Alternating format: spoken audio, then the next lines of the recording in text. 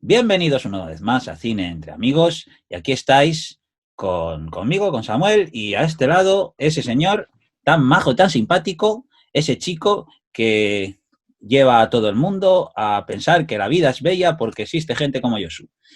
¡Oh! ¡Qué cosa más bonita! Joder, ¿lo dices de verdad o lo dices porque está grabándose esto? Lo importante es que lo diga. Ahí está Yosu en una versión alternativa de art pop. Es un art pop precioso. Art porn. Está muy bien. Y bueno, lo primero. Siempre lo mismo. Siempre queriéndose dar a la bebida antes de tener un motivo. Queremos felicitarnos a nosotros mismos. Ya, porque oye, si lo hacéis vosotros también nos va a encantar que nos felicitéis. Por, primero, las primeras 1000 vistas que ha recibido sin perdón. Muchísimas gracias, merece un brindis. Clint. Joder. Clint Eastwood.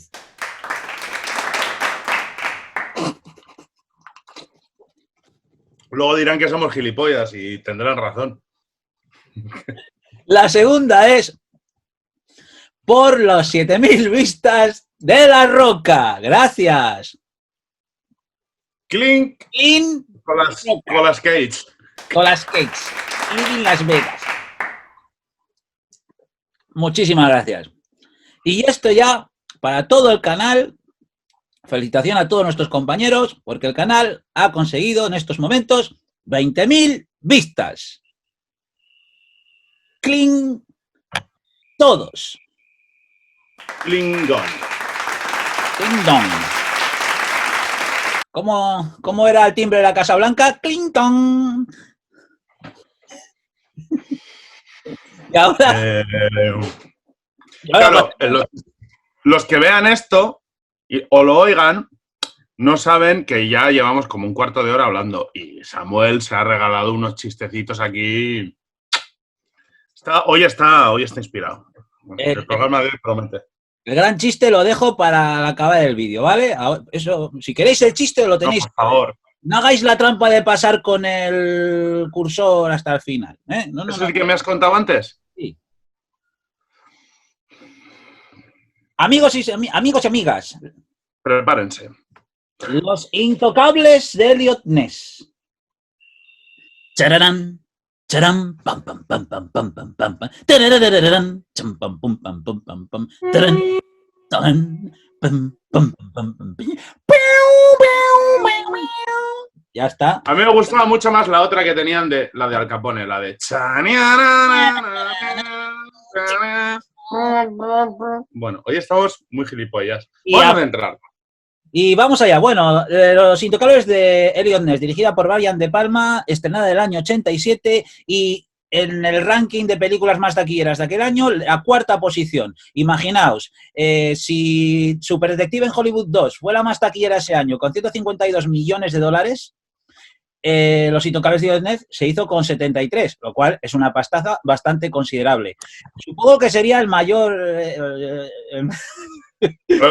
No pasa nada. O sea, ya se ha jodido la imagen, he pensado. Supongo... No. Sigue, perdón.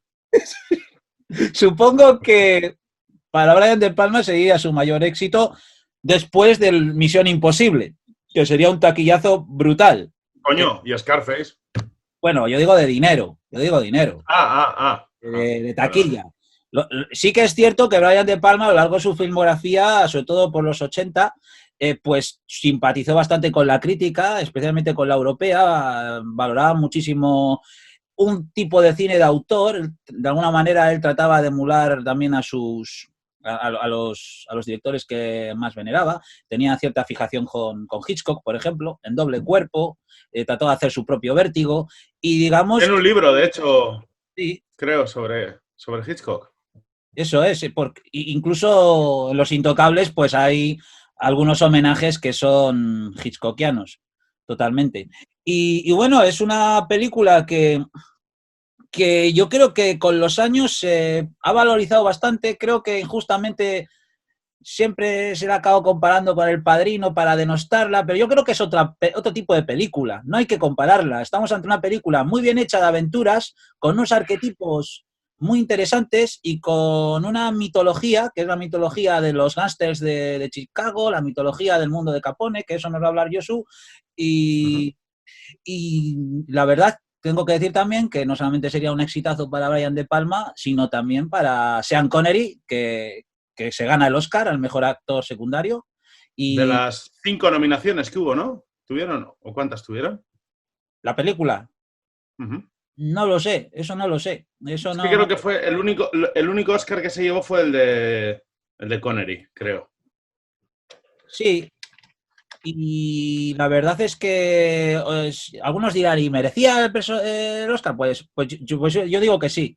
Yo digo que sí, porque aparte de que a veces los Oscar, de alguna manera, como bien aún sucede hoy en día, se hace para premiar carreras que el actor ya lo merece, pues también la verdad es que el personaje que hace es genial. La película sube muchísimos puntos cuando él está en escena con Kevin Ujú. Costner y aconsejo verlo en inglés para que vean el trabajo de él porque está muy, muy interesante.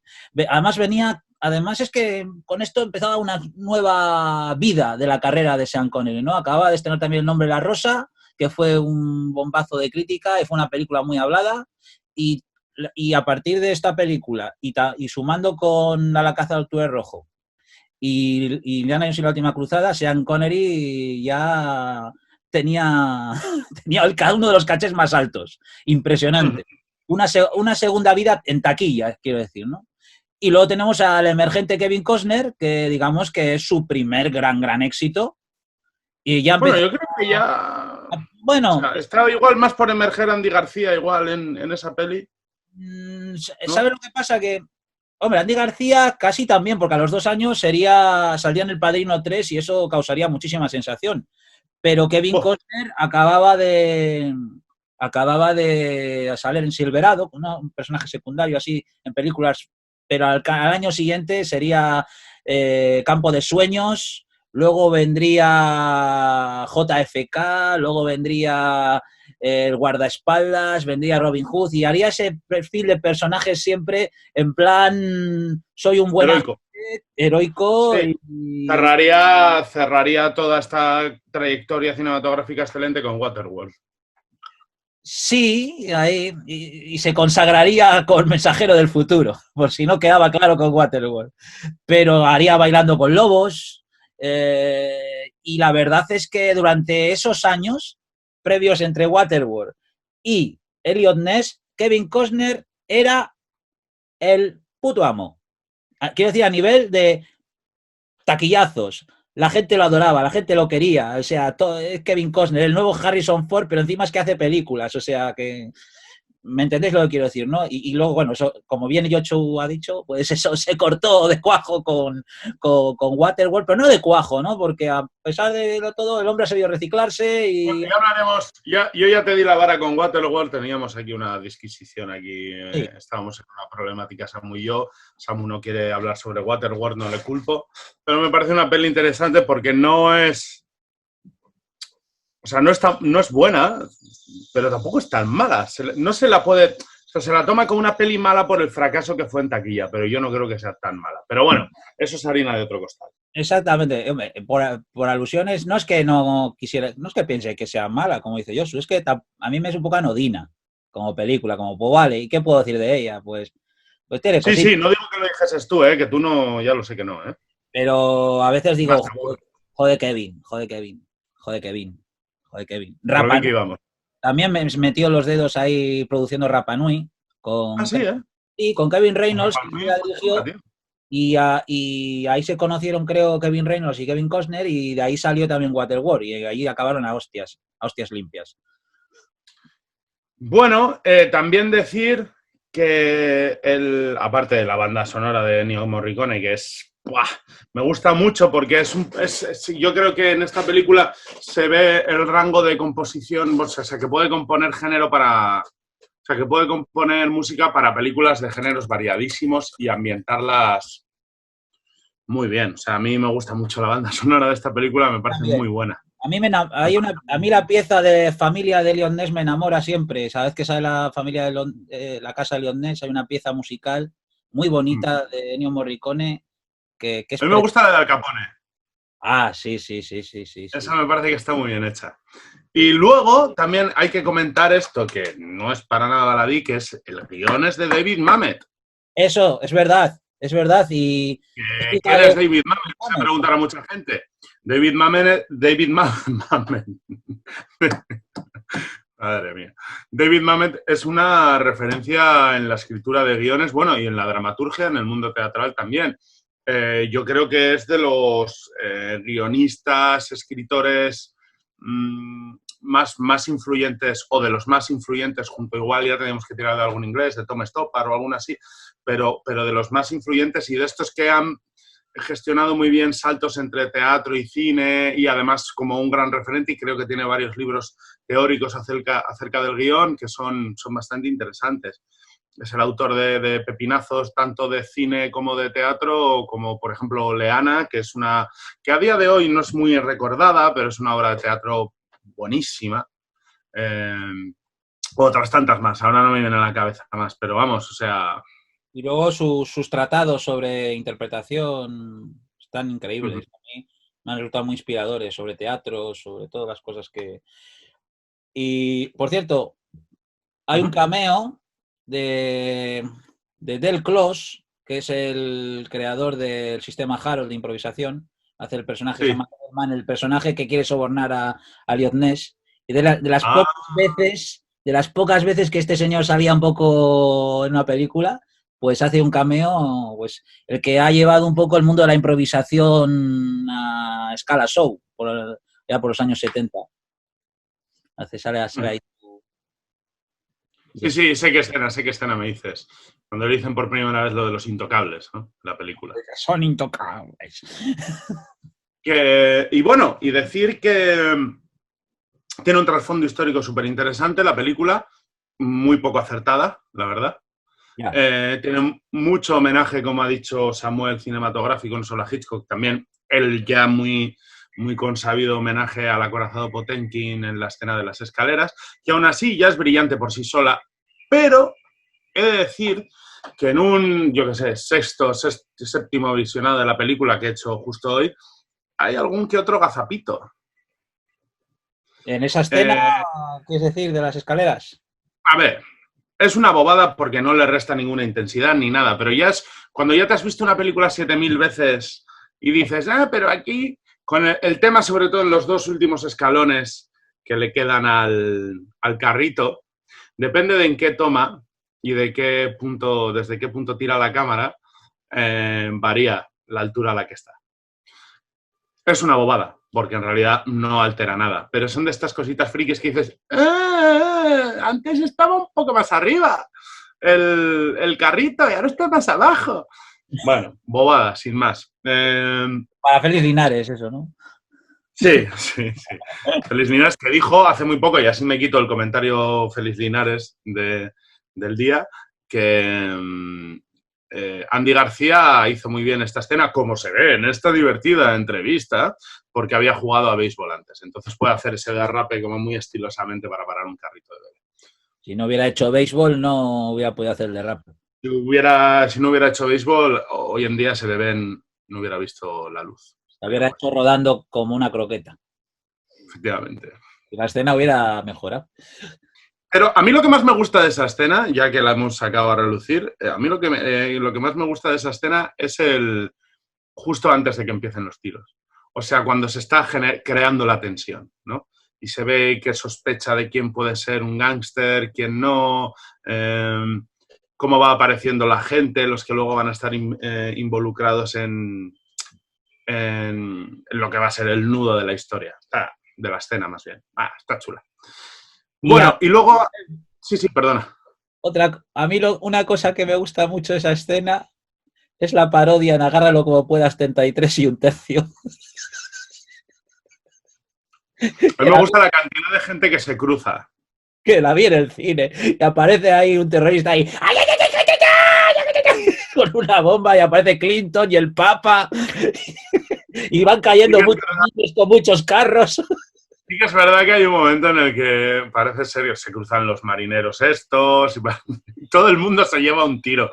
Y yo, la verdad es que hay un momento en el que si no te dejas llevar un poco por la ficción, estás diciendo, hostia, joder, o la gente tiene muy mala puntería, o la peña no ve que hay una pistola, porque se meten en el camino cada 2x3. Pero bueno. El marinero, lo que me he dado cuenta es que trata de parar el carro del niño que se cae. Ah, claro. Sí. Pero le pegan dos tiros, Sí. tiros. Y el primero no aprende que no tiene que coger el carro del niño, el segundo lo sigue intentando y... A mí lo que me gusta mucho es la escena en la que entra uno de los hombres de Capone a asesinar a... Son Connery, ¿Cómo se llama? a Malone. Sí, ¿no? Y entonces va con una navaja y de repente vemos cómo se da la vuelta el otro, lleva una recortada y entonces ya pasamos a un plano subjetivo de balón. Entonces vemos lo que él está viendo. Y ese plano, ese ir por el pasillo mientras el otro va hacia atrás asustado, me parece que está súper chulo. Me parece un plano muy guapo. Y es una de las escenas más duras de la peli porque sabemos que vamos a perder al personaje cuando ya lo has visto la segunda vez. Y bueno, la verdad es que huele a muerto, ¿no? Y en ese momento huele a No muerto. me iré mucho a la casa. Josu, has dejado ver que la película tiene ciertas irregularidades con los hechos históricos, ¿no? Muchas, sí, muchas. Ahora bien, también hay que decir esta frase de no dejes que la realidad te estropee una buena historia, ¿no? Bueno, es una película muy buena y muy, muy disfrutable, pero son de estas cosas que dices... yo soy un gran apasionado de todo el mundo de los gángsters y sobre todo de la etapa más inicial, que es toda la de la época de la prohibición, ¿no? Y por ponernos un poco en contexto histórico, tú cuando quieras me paras o me preguntas, tampoco me quiero extender un montón. Pero bueno, sobre el 1919, creo que 19, voy a mirarlo, sale adelante lo que se llama la Acta Volstead. Que era Volstead era el nombre de uno de los principales impulsores efectivamente, en el 19 y dura hasta el 31. Que es uno de los principales impulsores de la Liga de la Templanza. ¿Vale? Entonces, el Acta Volstead, que es la ley seca, lo que se entiende como la ley seca, sale en el 19 muy movida por una corriente muy puritana que quería censurar fuertemente el consumo del alcohol y que efectivamente pues, logran al final que esto se traduzca en una ley.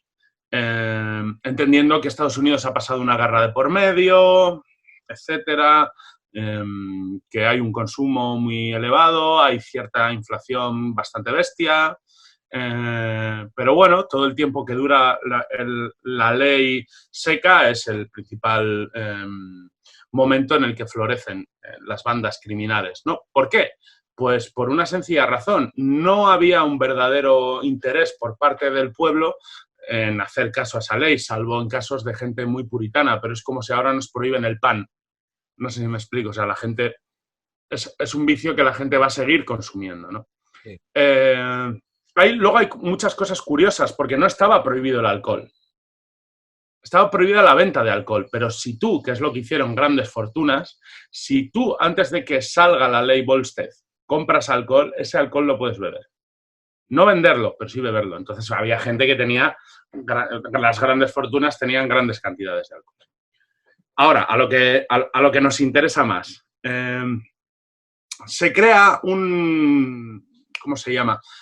Una oficina, un buró del Acta Volstead, ¿no? De la prohibición, de la ley seca, pues es un organismo estatal, que son los agentes que se encargan de vigilar que esto se cumpla. Entre ellos estaba Eliot Ness.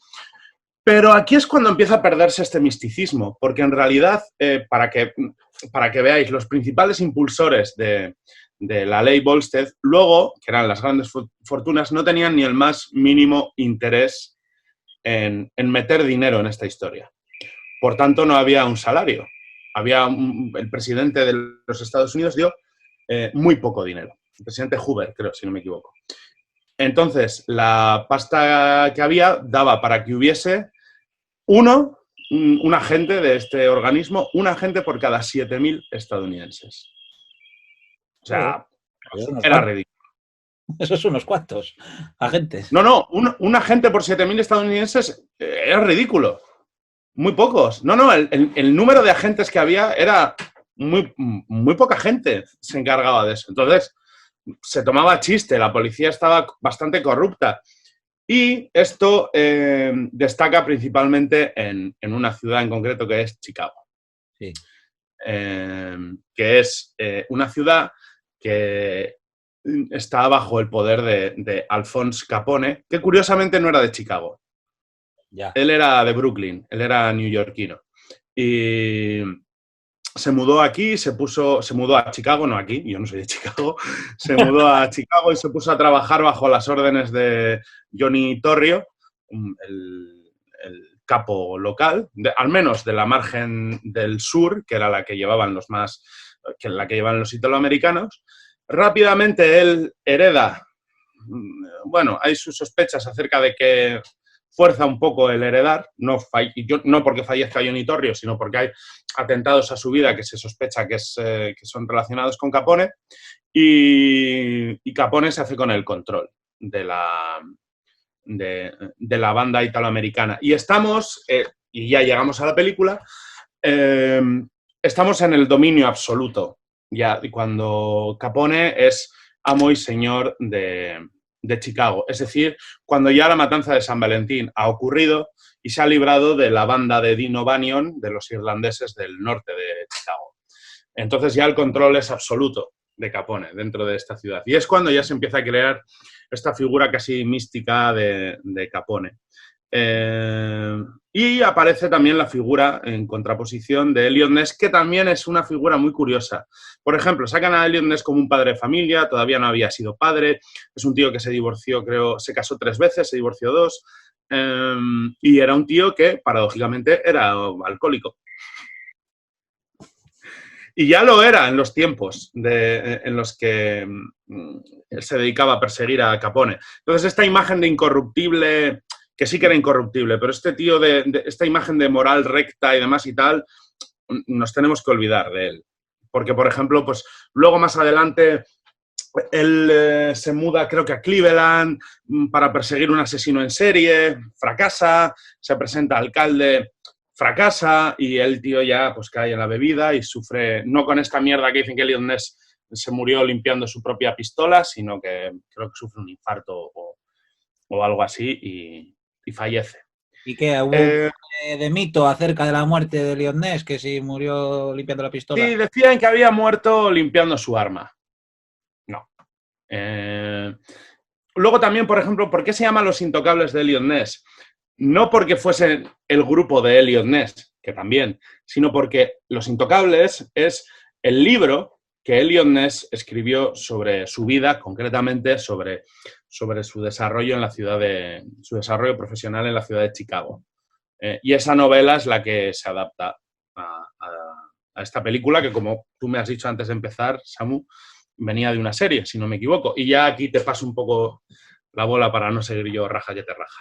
Sí, a ver, la idea de tratar la historia de Eliot Ness a película en un formato, como Josu deja ver, pues un formato aventurero, más que una película biográfica, sino coger los elementos para crear la mejor aventura de cara a espectadores que lo único que quieren es entretenerse. Pero la idea ya venía de antes, en los años 60, de la serie de Los Intocables de Eliot Ness, protagonizada por Robert Stack, y que duró unos cuantos años y que, bueno, estoy hablando de la época del blanco y negro, para que me entendáis, ¿no? De los años 60. Y era una serie de las muy populares, ¿no? Porque además en los años 60 las series policíacas eran completamente rey. Si veis la película de Eras una vez en Hollywood, entenderéis lo que quiero decir. Todo el mundo veía series policíacas y había a cascoporro. Y bueno, los años 80 hay un poco también de vuelta al interés de la década de los 30, ¿no? Cotton Club, la Renueva, todavía coleaba el éxito de las películas del Padrino, aunque trata todo tipo de cosas. Y en muy poco tiempo, poco después de Los Intocables, iba a aparecer El Padrino 3. Y digamos que también, pues, era un filón, era época filón. A veces, ciertas épocas, pues, que se retratan, pues durante unos años tienen gancho con el público. Pues, por ejemplo, a finales de los 90 y principios de los 2000, pues el cine de guerra se puso otra vez de moda. Pues, por ejemplo, con El Soldado Ryan, con La Delgada Línea Roja, y de repente eso se acaba. Pues sucedió un poco con esta película. Claro que esta película, de cierta manera, aunque ahora estamos habituados a ver recreaciones históricas a cascoporro y ahora por ordenador se hacen montones de cosas y se recrean calles y ciudades, por ejemplo en la película de King Kong de Peter Jackson te recrean los años 30 en Nueva York y es impresionante, pero con ordenador, con maquetas, pero esta película, la ambientación que te hacen, sobria y a la vez perfecta, en su momento que se estrenó fue bastante, no iba a decir, Claro, bastante solo hay que ir, bien hecho está esto. solo hay que ir en cuanto a las localizaciones más o menos reales, y luego a mí me flipa el vestuario. De Armani. Me encanta. El vestuario de esta película es la hostia. Pero, De Armani, ¿eh? sí, está hecho por el propio Armani, el vestuario. Boh, Dirigido por él, lo que es el diseño de vestuario y vamos. La elegancia de esa época no tiene parangón, ¿eh? En otra. No sé, luego no se ha vuelto a ver, ¿eh? Cuando estaba de moda ser elegante. No, puede ser. Como decían mis abuelos, es que hay que ver qué pintas ves vestidos, porque ellos habían vivido una época en que la gente iba a la calle súper elegante. Claro, y nosotros les pareceríamos, pues, neandertales. Bueno, también por seguir un poco con el tema de Lion Ness, Sí. yo creo que podemos hacer así un poquito, hacemos un poco yo pongo un poco de contexto histórico y tú del cinematográfico, igual así nos vamos turnando. En cuanto al tema de Lion Ness, es muy interesante el tema de Los Intocables, porque en realidad ninguno de los que aparecen formaron parte de Los Intocables de Lion Ness. Los Intocables de Lion Ness vienen antes de otro grupo que tiene un nombre así también pintoresco, que se llamaban Los Seis Misteriosos o algo similar. Se llamaban Los Seis Misteriosos, se llamaban así porque eran seis grandes empresarios, seis empresarios poderosos de la ciudad de Chicago, que tenían un interés muy concreto en quitar a Al Capone del poder. Estamos diciendo que Al Capone se había hecho con el poder absoluto de la ciudad y tenía totalmente comprado al alcalde y a las fuerzas del orden. Toda la ciudad era suya. Entonces, este grupo de seis misteriosos impulsan la carrera de Eliot Ness, que ya había sido rechazado, no sé si del FBI más de una vez. O sea, no era un tío que hubiera llamado la atención antes. Criminólogo, doctor. Había cursado un máster en criminología. O sea, no era desde luego tonto, pero no había llamado mucho la atención. Entonces, él eligió a un grupo no de 6, como indica la película, sino de 11 intocables. Creo que en la mayoría de ascendencia irlandesa, como la gran parte de los policías en esa época, no sé muy bien por qué, y algún que otro con apellido judío, no he indagado mucho más sobre el tema. Y estos tíos son efectivamente son los que se llevan gran fama porque hacen todas las redadas, incluso el propio Eliot Ness llamaba muchas veces antes a los medios, esto que vemos en la película que llegan los periodistas antes a la escena del crimen, no era porque el periodista fuese muy bueno, era porque había un soplo, pero lo que no sabemos, que es muy llamativo, es que muchas veces ese soplo era el propio Eliot Ness. Sí. Lo cual a veces dificultaba el desarrollo de una detención porque ya habían llegado, o sea, porque ya estaban sobre aviso los mafiosos antes de que pasase nada. Pero el verdadero héroe y había apuntado el nombre por aquí y lo he perdido, el verdadero héroe de la detención de Al Capone es un trabajo conjunto. Por un lado, Frank Wilson, un trabajador de Hacienda, que es quien se pega todo el trabajo de trastear en la contabilidad de Al Capone, y otro que estaba infiltrado, otro agente infiltrado dentro de la banda de Al Capone, que son quienes de verdad se jugaron el cuello y los ojos, por desentrañar esto. Los Intocables de Elliot Ness ganan esta fama cuando salta un artículo en el cual se dice que se han intentado sobornar a ellos y ellos rechazaban. O sea, claro, era tal la corrupción que rechazar un soborno... una declaración de guerra. Claro, te podía costar la vida. Rechazar un soborno era un poco como en Sérpico, ¿no? Decir que no a la corrupción es jugarte la vida. La gente a veces se acaba siendo corrupta más por miedo que por conveniencia. Y por último, uno de los grandes... sí que es verdad, por ejemplo, que Al Capone vivió durante mucho tiempo en la suite del Hotel Lexington. Esto es cierto. Su fortuna a día de hoy se cifra en, no sé si son 16 billones con B, con el cambio hecho, con la deflación, con la devaluación monetaria y demás hecha. ¿Dónde sacó tanto dinero? A día de hoy sería billonario. ¿Pero dónde sacó tanto dinero? ¿Dónde sacaba el dinero? Bueno, toda la ciudad era suya, por supuesto, de todo el tráfico ilegal de alcohol que había. Lo que exportaba, lo que importaba, propiedades, más luego lo que tenía comprado en terreno. Era realmente el dueño de Chicago. Sí, era una barbaridad. Lo tenía todo. Y generaba a diario, el dinero que generaba a diario era una barbaridad. Era una cosa demencial. Entonces sí, vivía en un hotel, vivía a todo trapo, con todo tipo de lujos.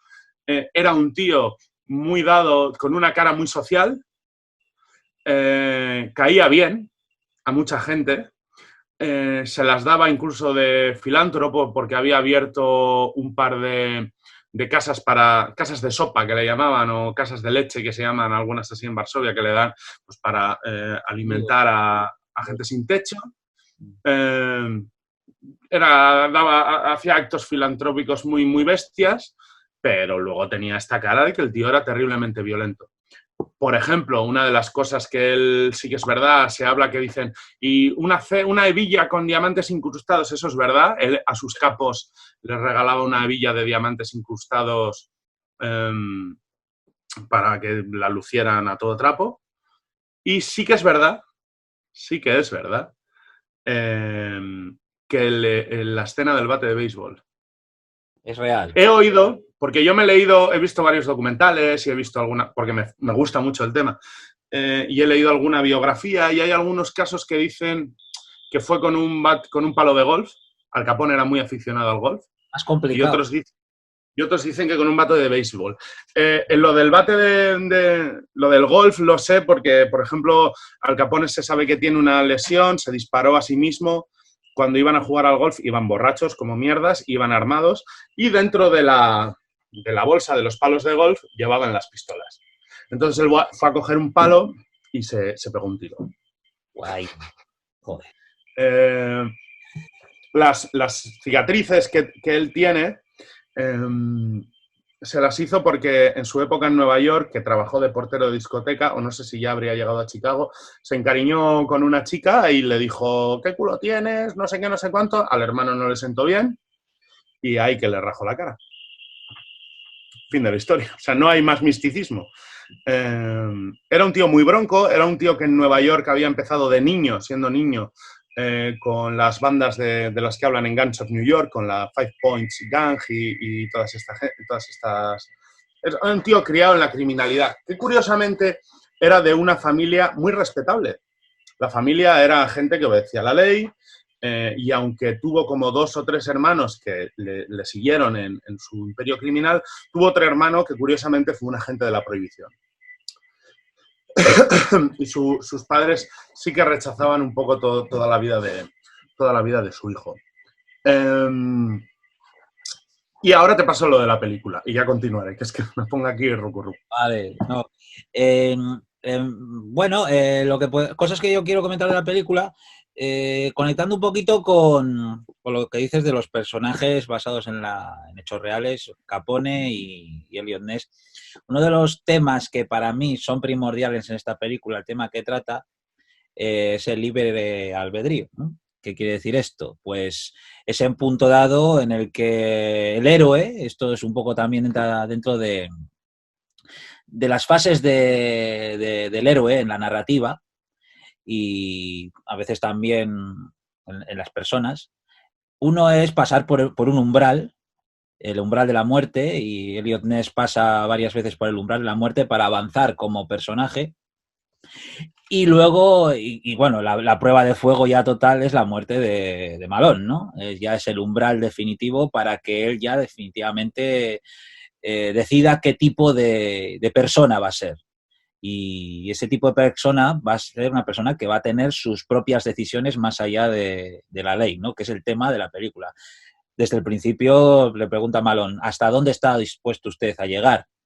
Porque la ley aquí, la ley como entendemos la ley, no sirve, no funciona. En medio de una guerra y los tiros van por todas partes. Y el tema de la película es, bueno, hasta dónde te vas a mojar y el personaje, el héroe, un héroe, pues en la narrativa tiene que aprender a tomar sus decisiones, ¿no? Aprender y sobre todo a decidirse si las hace o no.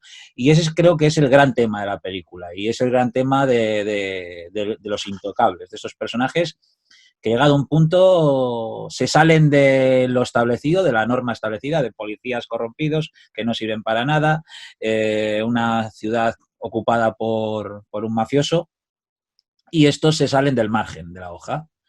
Y es el momento en el que empiezan las verdaderas heroicidades, ¿no? Porque ellos sufren miedo, no son indestructibles, no son personas crueles, pero tienen que aprender a ser crueles, tienen que aprender a dar cera también a los malos a su manera. Y es ante el libre albedrío, que es en el que se maneja todo el mundo que les rodea, pues no les toca más remedio, sobre todo a Elliot Ness, de abrazar ese libre albedrío y él también llevarlo consigo. Y eso es, para mí, pues nada, pues el gran motivo de la película, yo creo, por el que está contado de esta manera. La consagración definitiva de Elliot Ness estaría en cómo lanza por los aires al guardaespaldas, al matón blanco, que va siempre vestido de blanco, que Amigo. que simplemente por decirle a tu amigo chilló como un cerdo cuando lo maté, para joderle, y como el otro lo dice porque sabe que no le va a pasar nada, pues dice, pues Para tú... que luego diga, está en el coche. Sí, exactamente. Y está Elliot Ness que ya está hasta los huevos de todo, y dice, pues mira, a volar se ha dicho. Así es como gritaba tu amigo, y eso es definitivamente el bautismo de fuego de Elliot Ness. Está muy chulo porque en un principio cuando lo empuja, y vemos otra vez la cámara subjetiva, parece que va hacia la puerta. Y de repente la cámara hace, gira y enfoca hacia el alféizar, y ahí es cuando lo defenestra. Pues siento decirte que eso no es real. No, yo a mí me... Porque yo hablo efectivamente este matón existió, este matón que lo interpreta este actor Bill Drago, ¿no?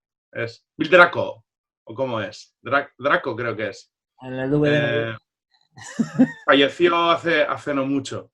Que siempre hacía de villano, pero tiene una cara cabrón el tío. A lo mejor luego era un tío adorable, pero tiene una cara de hijo puta. Santa Claus no le iban a coger. No, ese es como el hermano de... Ay, lo diré. De Julia Roberts. Sí, Eric Roberts. Que siempre le contratan de mafioso y de cabrón y de pérfido. Pues hombre, lógico. Pero bueno, a lo que iba.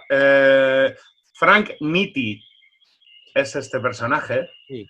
Y Frank Nitti es un nacido, al contrario que Al Capone, que Al Capone fue nacido, creo que nacido estadounidense de padres napolitanos, Frank Nitti es nacido en Palermo, en Sicilia. Y él era 100% italiano. Y el apodo de Nitti era The Enforcer, el ejecutor, ¿no? vamos, de enforcer. Y efectivamente el tío debía de ser bastante violento y usar mucho la violencia y fue quien heredó, en teoría, entre comillas mucho esto, el imperio de Capone, aunque en realidad decían que era un poco la fachada.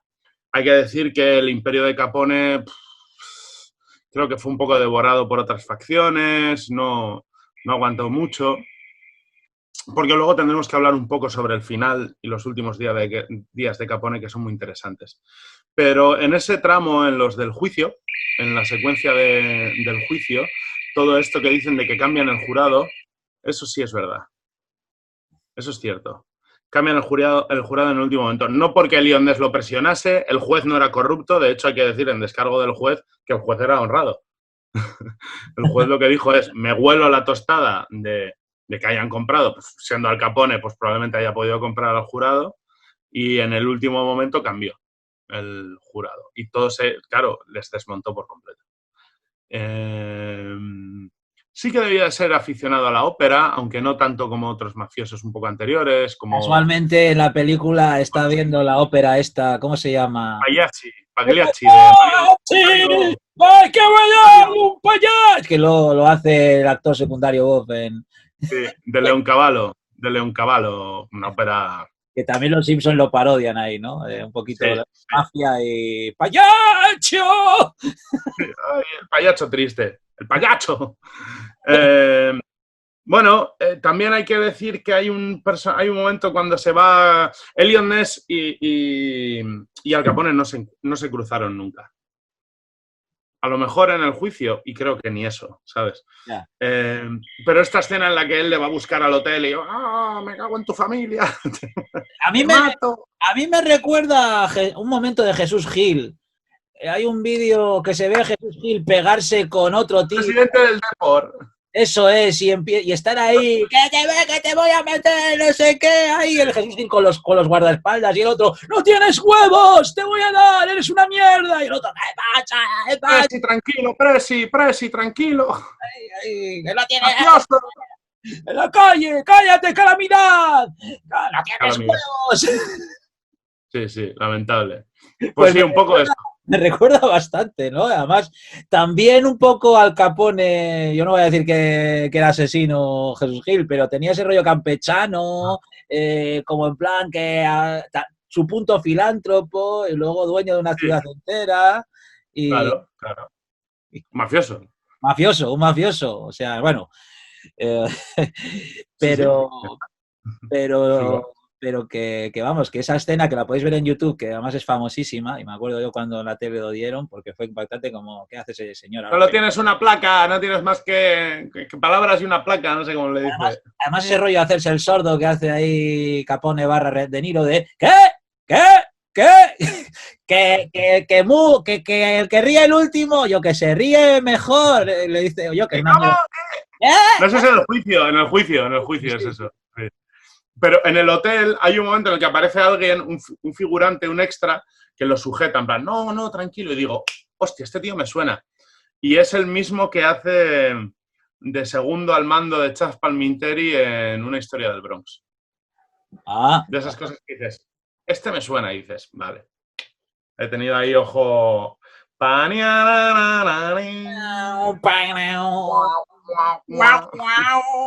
Otra cosa sí, perdona. Otra cosa que a mí especialmente me impacta en la película, yo creo que, bueno, impacta, bueno, es una forma de hablar, ¿vale? Épica. Luego no estoy viendo la película así como impactado, no me pasa nada. Pero una cosa que a mí me impacta es el tratamiento de la sangre, de la presencia de la sangre en la película, que eso es muy de Brian De Palma, que lo podéis ver en Doble Cuerpo, cuando la escena de del taladro, en Scarface, en Carlitos Way, o sea, es como sangre. Carlito brillante. Otra película para hablar, ¿eh? No sé yo si muy buena o muy mala. Nunca tengo el corazón dividido con esa peli. Es que Brian De Palma ha navegado muchas veces a lo largo de su carrera en ¿qué hacemos contigo, Brian? ¿Qué hacemos? ¿A dónde vas? Tú que... Sí. Hay otra que es El fantasma del paraíso, que es una... ¡Oh! Pero esa ya es anterior. Es anterior, sí, pero quiere decir que es como, ¡ostras! Esa versión del fantasma de la ópera pop que es súper rara de narices ahí. Me acuerdo que de pequeño me Ta, ta, ta, ta, ta, ta, ta, ta. Mucha droguita había ahí, ¿eh? Ay, güey. O sea, a mí, o sea, yo la tenía por película de terror de pequeño, ¿no? Porque me daba mucho miedo el tío ahí, todo, me daba miedo, me daba impresión. Y bueno, aquí... A mí me daría miedo volver a ver El fantasma de la ópera, pero la versión del 2000 y pico. La de... La última que hicieron. ¿No hizo Que una el amigo Antonio Banderas? No, Era yo te estoy tipo diciendo una que musical. hizo este actor, no sé si es el escocés, no sé si fue Eric Bana, no es. Eric Bana. Gerald Butler, puede ser. Gerald Butler. ¿Hizo ese algo de...? Bueno, o sea, una peli a evitar, ¿eh? Bueno, vale. Nada, no. ¡Boh! Pues si hay que evitar, pues no digo nada. Pues nada, ¡Boh! pues Espérate, vamos a ver si está por aquí. mientras tanto hablo de la sangre. La sangre. Del 2004. 2004. 2004 y la hace Gerald Butler, sí, señor. ¡Boh! Veneno, chaval. Vaya mierda. ¿Cómo me aburrí? Bueno, Y mira qué bonito el fantasma de la ópera, ¿eh? Y can.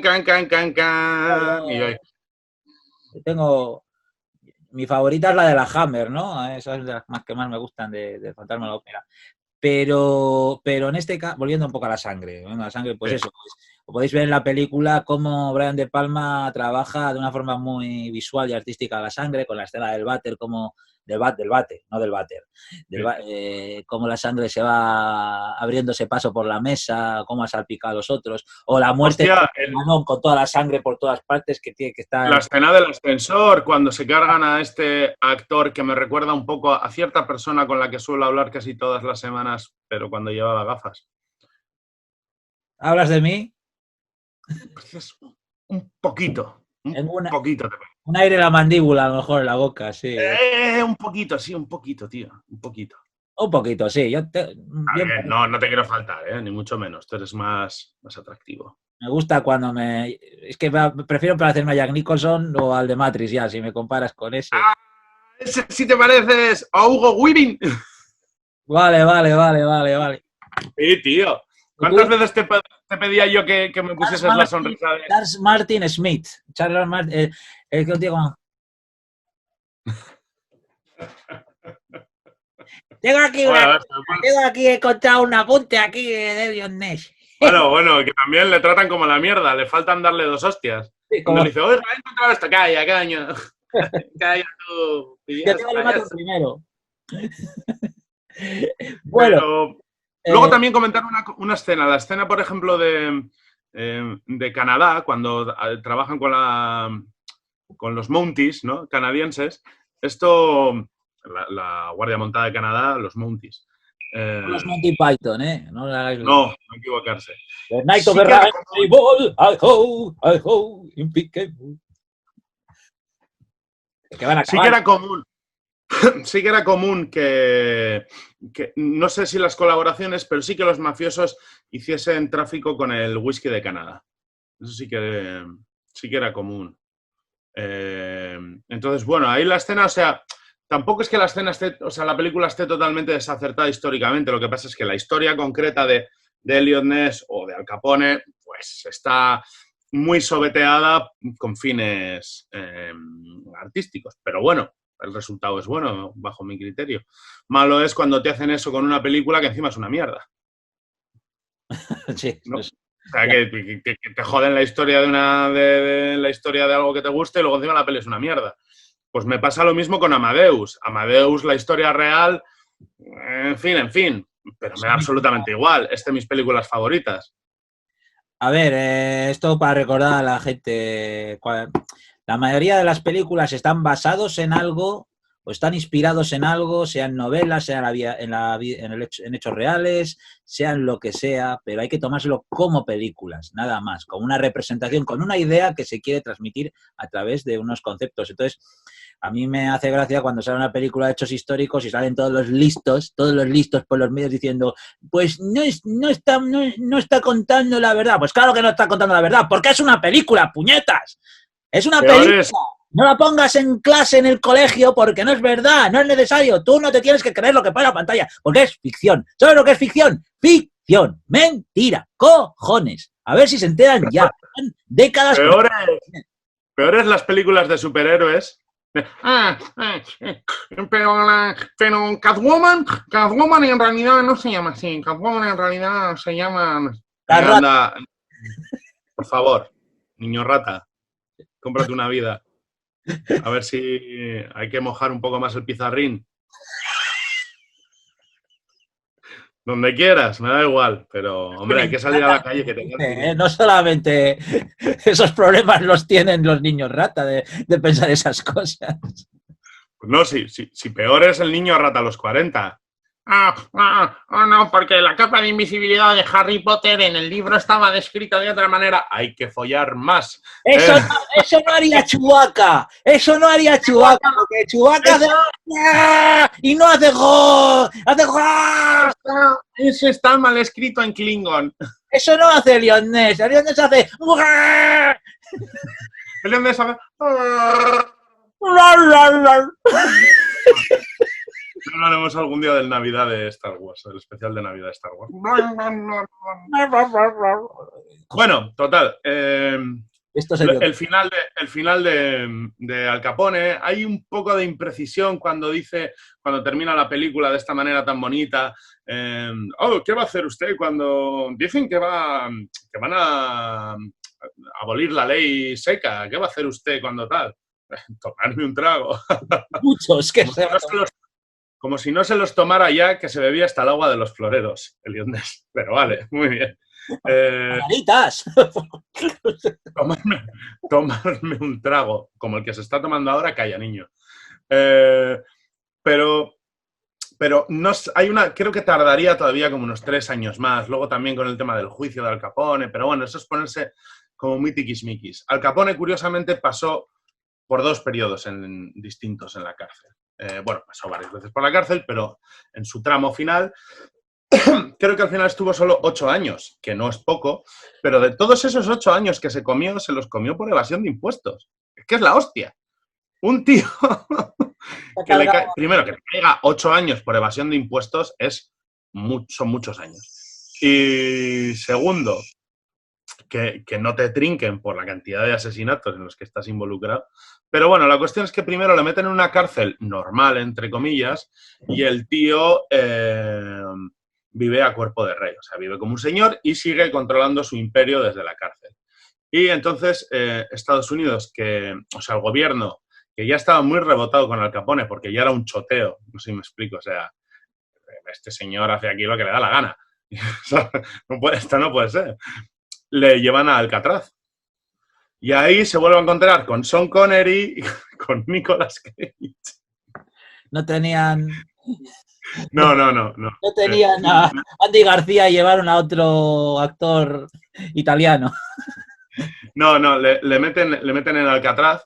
Y ahí en Alcatraz, aunque en los primeros años intenta hacerse un poco el sobradito, yo creo que hay escritos o algunos datos que dicen que hasta le partieron la cara en Alcatraz. O sea, ya estaba desprovisto de todo su poder.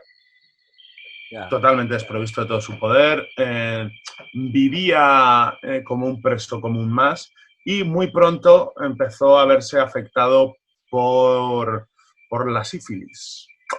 Él contrajo una sífilis cerca de los 18 años, no se la trató. ¿Para qué?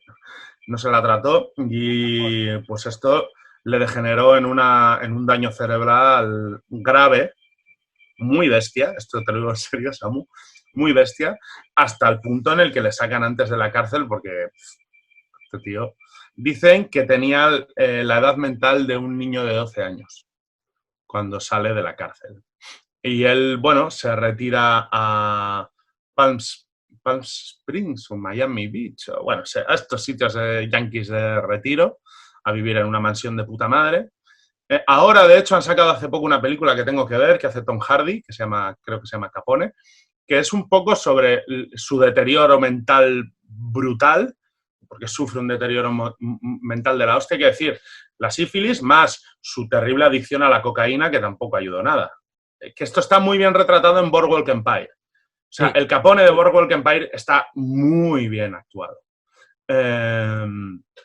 Y se ve su deterioro mental y hay un poco, se vive con ese misterio de qué fue del tesoro de Al Capone, ¿no?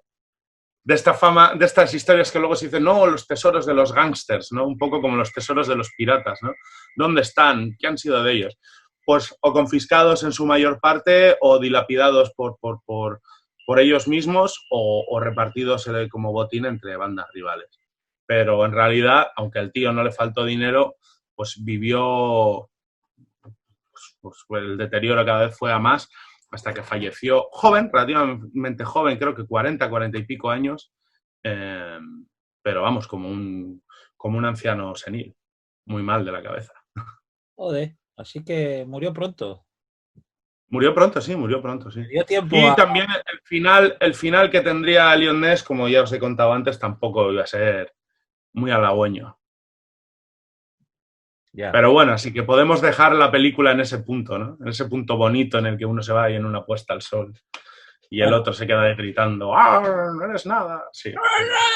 no hacemos mención, pero hay que hacer mención a... Pues joder, a Robert De Niro, concho. Ya.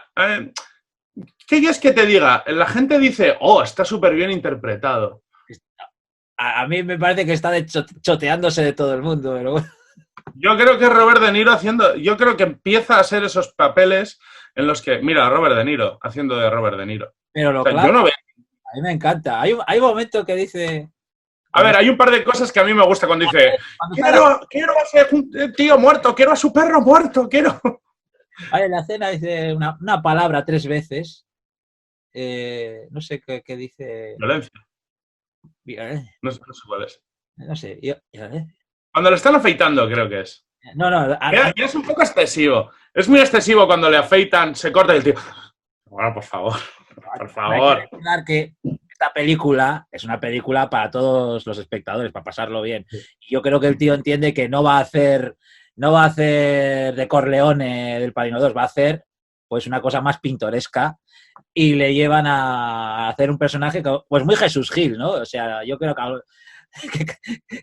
Jesús Gil se inspiró en el comportamiento. Hombre, pero tampoco Capone debía de ser un angelito. O sea, vamos a ver. yo me Era un refiero, tío. yo soy bueno, ¿eh? Yo soy bueno. Pero yo le veo muchas cosas de Robert De Niro, que luego hemos visto como Robert De Nirismos Hombre, en otras. a ver, yo en favor de Robert De Nirismos es como le pasaba a Manuel Alexandre, ¿no? Que él decía, Concho, cuando le dice el director, ¿puedes decir esta frase en plan tu rollo? ¿Cómo? Dice Manuel Alexandre, ¿cómo? Poniendo la voz así. Ah, entonces, ¿quieres que haga tembleque? Sí, haz tembleque. ¡Oye, vamos! ¡Que esto muy...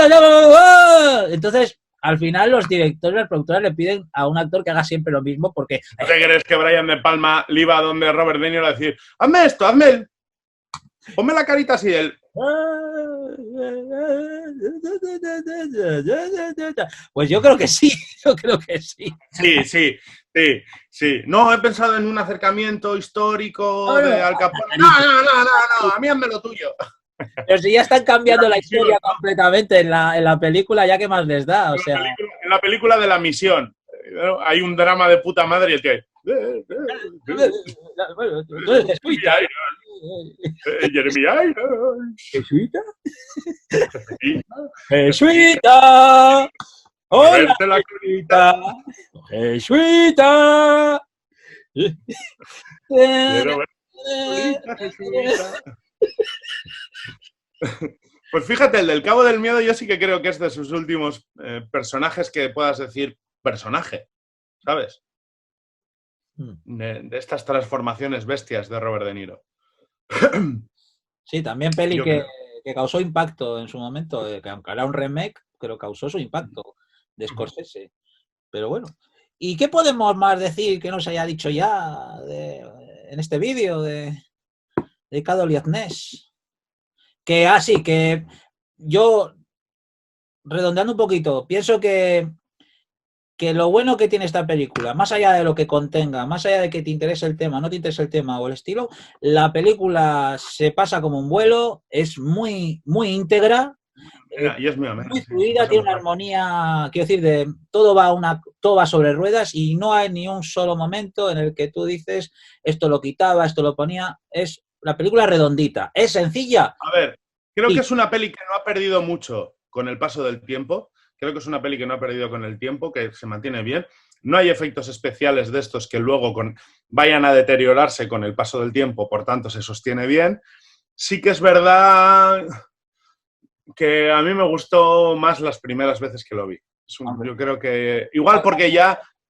porque la película tiene muchas sorpresas a la primera y ya después ya sabes lo que va a pasar y Sí, sí, sí. sí, Es sí. una película además que es fácil de recordar, me parece a mí, que las ves dos Mm. veces y ya dices, concho, pues casi me acuerdo de toda la peli y a lo mejor han pasado 7, 8 años y digo, porque es una película pues muy sencilla, pues con un estilo narrativo, pues mira, pues para todo el mundo, es una peli para todo el mundo, no son las 4 horas del Padrino 2, por así decirlo, ni la densidad, ni los conflictos, ni la No, soledad. a mí cuando me has dicho que la comparan con El Padrino, Jo, es que algunas críticas que no pasa nada ponían, que ver. Que se parece a veces hay críticas que que la denostan, temática es mafiosa, pero hay críticas que denostan y hay críticas que se pasan 5.000 pueblos diciendo mejor película de gángsters desde El Padrino. Digo, joder.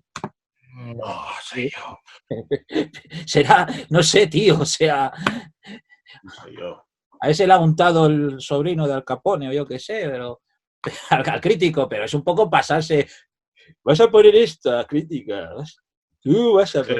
Eh, con el Pero, purito. al purito. Pero vamos, estas películas están más cercanas a una peli de Indiana Jones que a una película de tipo Padrino. O sea, es un corte Luego hay aventura. una peli muy chula de esta época, porque antes has mencionado como varias pelis de mafiosos, y hay una peli que es un poquito posterior, voy a mirar del año, por si a alguien le interesa verla, que se llama Hoodlums, que actúa Lawrence Fishburne. Hoodlums, que creo que aquí se traduce como matones, vamos a ver Hoodlums IMDb, Yo lo del 97. apunto todo aquí, ¿eh? O sea, Del 97 con eso, con Lawrence Fishburne, pero que actúa también Andy García y Tim Roth y cuentan la historia de Bumpy Johnson, el famoso eh, mafioso dueño de Harlem, que ahora han sacado una serie que protagoniza Forest Whitaker, que ayer le he hecho un par de ojos a los capítulos, a los dos primeros, que tiene buena pinta. Y este tipo, Bumpy Johnson, también es un tipo muy, muy curioso, que es el mafioso del Harlem, que se pelea con Dutch Schultz. ¿Que quién era Dutch Schultz? Que también aparece en Cotton Club. Era el varón de la birra. ah, Era su apodo, el varón de la birra, el varón de la cerveza.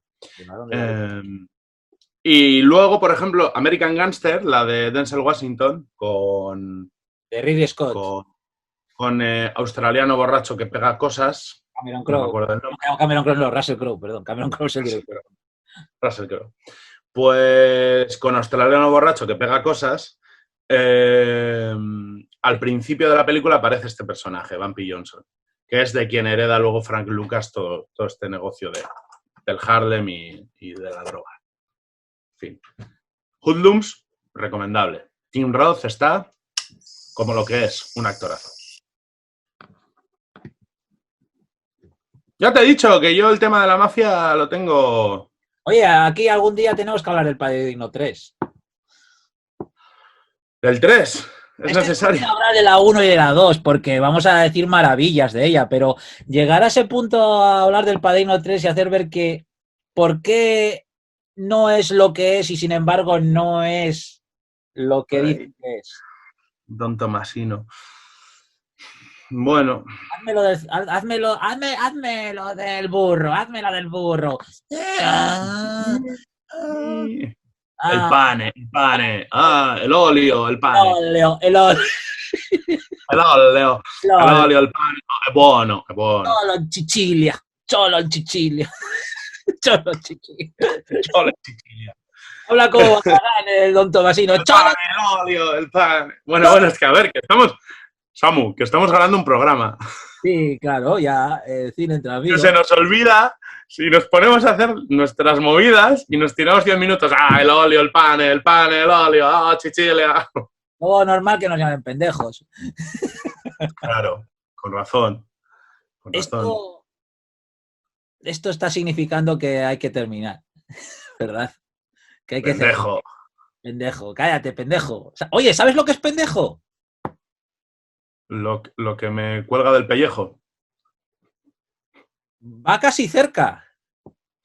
Ah, venga, adelante. De tanto ver insultos de pendejo, que hemos recibido varias veces insultos de pendejo por aquí, pero no pasa nada porque lo disfrutamos mucho, pues pendejo es el vello púbico, los pelitos. ¿Qué dices? De verdad, ¿Eh? no te iban a llamar una cosa bonita, te llaman una cosa feíta. El pendejo es el vello púbico. ¿Qué dices tú? Te están llamando pelo, para decirlo de forma fina, te están llamando pelo de vello púbico. Pendejo. Perdona, pues a un calvo como yo, pues aunque sea vello público, chico, pues... Bueno, más carapolla tengo calvo que con pelo. Claro. No. Charanán. Tienes que contar un chiste. Sí, voy a contar un chiste. Esto es un homenaje a mi querido, bueno, con nuestro querido Rafa Matías, que conocemos, un amigo nuestro. Y sí. Bueno, no tengo tanta gracia como él para contarlo, pero es muy sencillo, chicos. Y chicas, os va a dar mucho que pensar. A ver, pregunta. ¿Cuál es el producto desechable? Perdón, ¿cuál es el producto no desechable más importante en China? ¡Los nolotiles!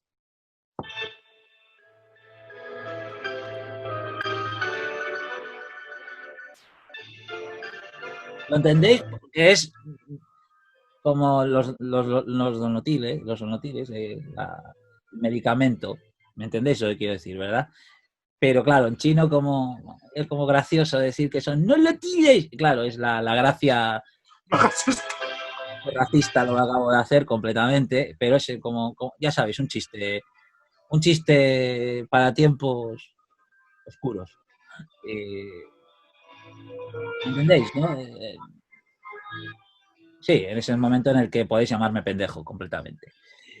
Si queréis. Y con razón. Con razón.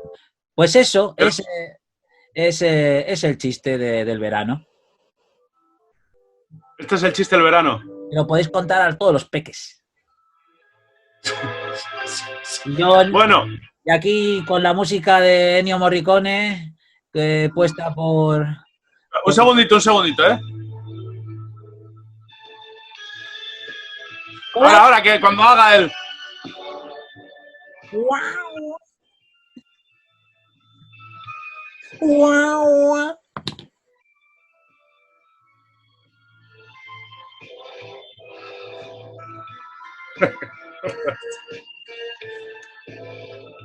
Morricone, tú eres bueno, Morricone. Tú eres bueno. Morricone. No. Venga, pendejo. John Williams no. Morricone. Te despido mucho para que acabes esto. Adiós.